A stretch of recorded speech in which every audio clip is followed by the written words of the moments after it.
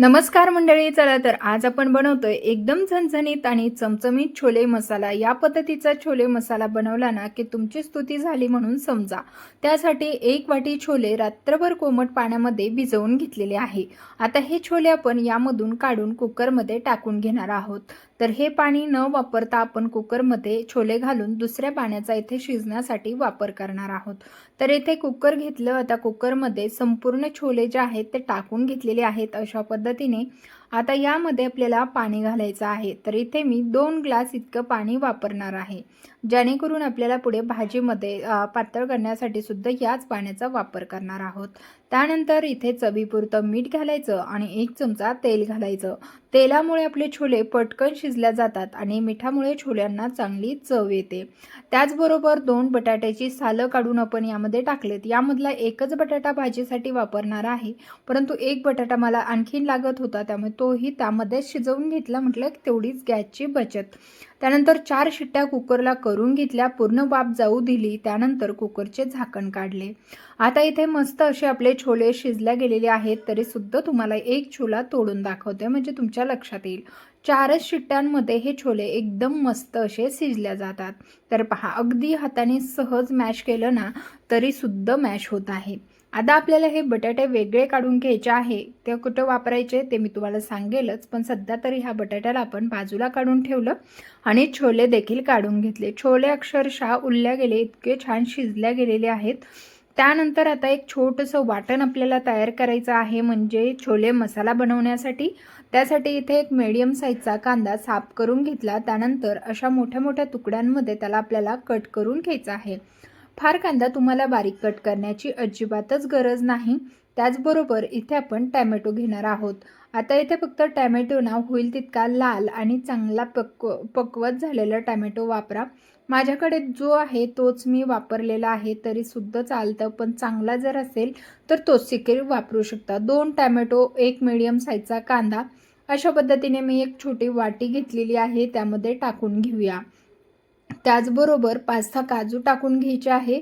अर्धा ते 1 इंच आलं घालून घ्यायचं, तसंच 7-8-10 लसणाच्या पाकळ्या घालून घ्यायच्या।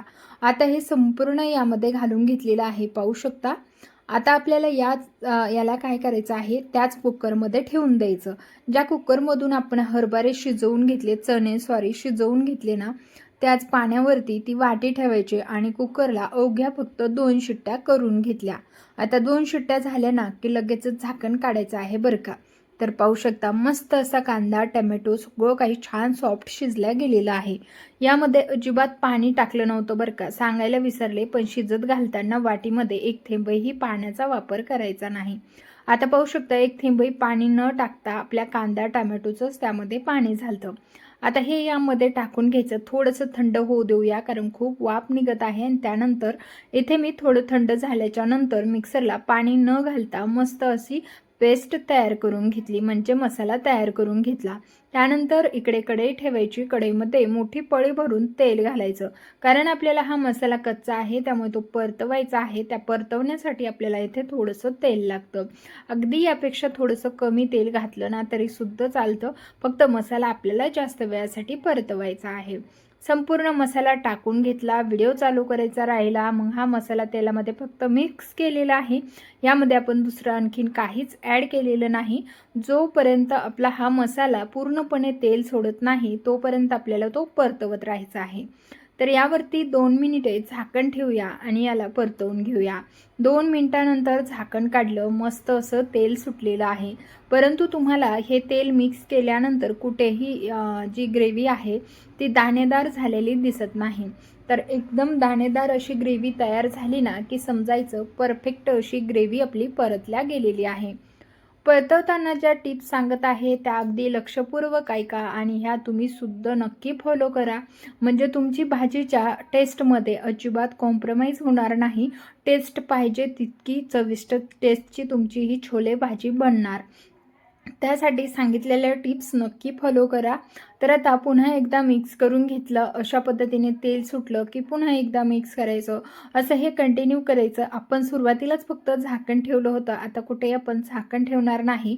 फक्त आता हा मसाला आहे ना छान दाणेदार होईपर्यंत आपल्याला परतवत राहायचे. तर पहा इथे तुम्हाला दिसत असेल मस्त दाणेदार मसाला तयार झाला. त्यानंतर अर्धा चमचा घरगुती मसाला घालायचा, अर्धा चमचा छोले मसाला घातलेला आहे आणि अगदी अर्धा चमचाला कमी लाल तिखट घातलं आणि त्यानंतर पाव चम्मच इतकी हळद घालायची आणि हे सर्व आपल्याला मिक्स करून घ्यायचं. जेव्हा तुम्ही यामध्ये पूर्णपणे मसाले मिक्स करताना तेव्हा या ग्रेव्हीची तुम्हाला थिकनेस लक्षात येईल किंवा ग्रेव्ही कशा प्रकारे परतल्या गेलेली आहे हे सुद्धा तुम्हाला मसाले घातल्यानंतर लक्षात येईल. तर एकदम दाणेदार मस्त अशी आपली ग्रेव्ही तयार झाली आहे. म्हणजे यामध्ये अजिबात पाणी किंवा कच्चापणा राहिलेला नाही. आता म्हटल्याप्रमाणे आपण जे कुकरमध्ये एक्स्ट्राचं पाणी घातलं होतं ना तेच पाणी इथे टाकून घेतले. त्यामुळे आपल्या ह्या छोले मसाल्याच्या आमटीला सुद्धा खूप छान चव येते आणि हा मसाला खायला खूप टेस्टी लागतो. त्यामुळे ना तेच पाण्याचा इथे वापर करायचा. त्यानंतर लागल्यास थोडंसं गरम पाणी तुम्ही वरतून वापरू शकता. अगोदरच मी गरम पाणीसुद्धा साईडला करून ठेवलं होतं. आता आवश्यकतेनुसार या ग्रेव्हीमध्ये पाणी घालून घेतलं. त्यानंतर शिजवून घेतलेले इथे छोले घालून घेतले. तसंच एक बटाटा एकदम जाडसर असा कट करून घेतलेला आहे, तो देखील घालून घेतला आणि फक्त मिक्स करायचा आहे.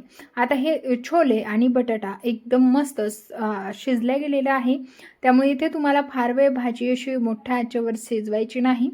एक उकळी काढून घ्यायची आहे आणि एक उकळी आल्यानंतर मात्र मंद गॅसवरती आपल्याला 2-3 मिनिटं भाजी शिजवायची आहे. इथे आपल्याला चवीपुरतं मीठ घालून घ्यायचं आहे. आपण छोले शिजवत असताना सुद्धा मीठ घातलेलं आहे, त्यामुळे इथे बेतानेच मीठ घालायचं. थोडंसं मीठ घालून घेतलं. पुन्हा एकदा आपल्यालाही मिक्स करून घ्यायचं आहे. तर या पद्धतीचा हा छोले मसाला ना तुम्ही खरंच आजवर कधीच खाल्ला नसेल. खाल्ला असेल तर कमेंट करून सांगा. तसंच तुम्ही कुठल्या पद्धतीने छोले मसाला बनवता ते देखील मला कळवा. इथे 5 मिनिटे भाजी शिजवून घेतली. त्यानंतर मस्त अशी कोथिंबीर घालून घेऊया आणि मस्त असा छोले मसाला आपला तयार झालेला आहे. अप्रतिम असा लागतो. चपातीसोबत खा, रोटीसोबत खा, राईससोबत खा, भातासोबत खा, कशाही सोबत खा. इतकी अप्रतिम ही रेसिपी लागते. त्यामुळे ना नक्कीच बनवा आणि आपल्याला अशा रोजच वेगवेगळ्या भाज्या ह्या बनवाव्याच लागतात. त्यापेक्षा तुम्ही विकत जर छोले मसाला आणत असाल तर घरीच बनवा. एकदम चविष्ट आणि वेगळ्या चवीचा हा छोले मसाला. तर खरंच यामध्ये बटाटा टाकल्यामुळे ना हा छोले मसाला खायला अप्रतिम चवीचा लागतो. तर मस्त अशी आपली छोले मसाला भाजी इथे तयार झालेली आहे. सर्व करून घेऊया. खाण्यासाठी अगदी आपली ही भाजी तयार आहे. व्हिडिओ कसा वाटला मला कमेंट करून कळवा. तुम्हाला आजची आपली ही छोले मसाला रेसिपी आवडली की नाही ते देखील कळवा. आवडली असेल तर व्हिडिओला लाईक करा आणि चॅनलला सबस्क्राईब केलं की मला कळतं की या व्हिडिओमुळे आपल्या चॅनलला किती सबस्क्रायबर वाढलेले आहेत. त्यामुळे तुम्हाला रेसिपी आवडली असेल तर फटाफट या चॅनलला सबस्क्राईब करून घ्या, म्हणजे मला कळेल की ही रेसिपी सगळ्यांना आवडली आहे. चला भेटूया अशाच नवीन आणि इंटरेस्टिंग रेसिपीसह.